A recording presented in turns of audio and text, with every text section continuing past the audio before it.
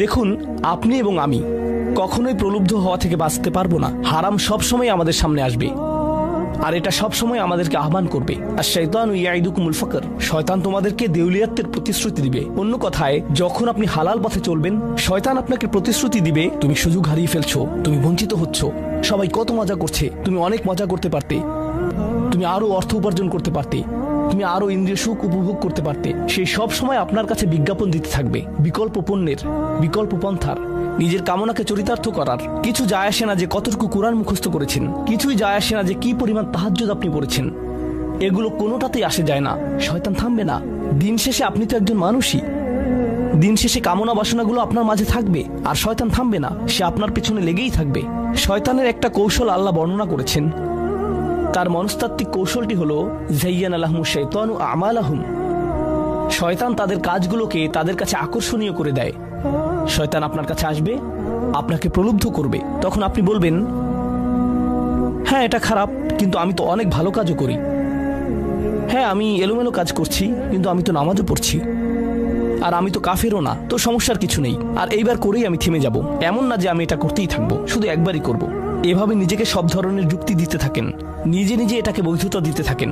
আপনার চিন্তায় এটা এখন আর অতটা খারাপ না। আর তারপর যখন এমন মানুষ চারপাশে থাকেন যাদেরকে বলেন যে এটা তো খারাপ, আর তারপর যখন এমন মানুষের চারপাশে থাকেন যাদেরকে বলেন যে এটা তো খারাপ, তারাও আপনাকে বলে, না ভাই কাম অন, এটা অতটা খারাপ না, থামো তো, এরকম কথা বলো না, না আল্লাহ ওইরকম না, আল্লাহ তোমাকে শাস্তি দিবেন না, কেন এরকম হতাশাজনক কথা বলছো, তুমি অতিরিক্ত চিন্তা করো।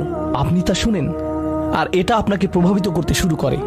কিন্তু যখন কাজটা করে ফেলেছেন, যেটাই করেছেন, হতে পারে এটা অ্যালকোহল অথবা অন্য কোনো মাদক, এটা কারোর সাথে সম্পর্ক হতে পারে, সেটা যাই হোক, যখন নিজেকে বলেন যে এটাই শেষবার, কিন্তু এটাই শেষ তো না।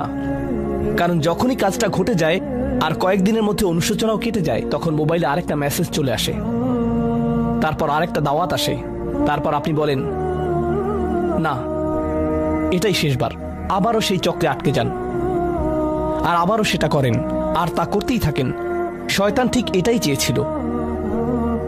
মানুষ এই চক্র বন্ধ করতে পারে, আল্লাহর প্রতি নিবিষ্ট হয়ে বলতে পারে, ইয়া আল্লাহ, আমার বন্ধুরা কি বলছে তাতে কিছু যায় আসে না, শয়তান কি ওয়াসওয়াসা দিচ্ছে তাতে কিছু যায় আসে না, কতবার এই বিভৎস চক্রে আটকা পড়েছি তাতে কিছু যায় আসে না।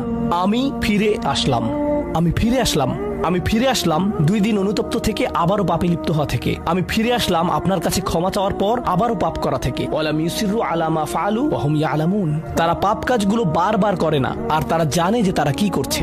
আমি সেই লোকদের অন্তর্ভুক্ত হব না। ওয়ালাইসাতিত তাওবাতু লিল্লাযিনা ইয়ামালুনা সাইয়্যাত।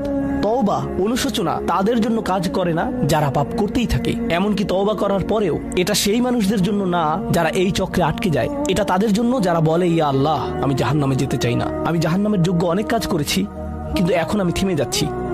আর এটাই চূড়ান্ত।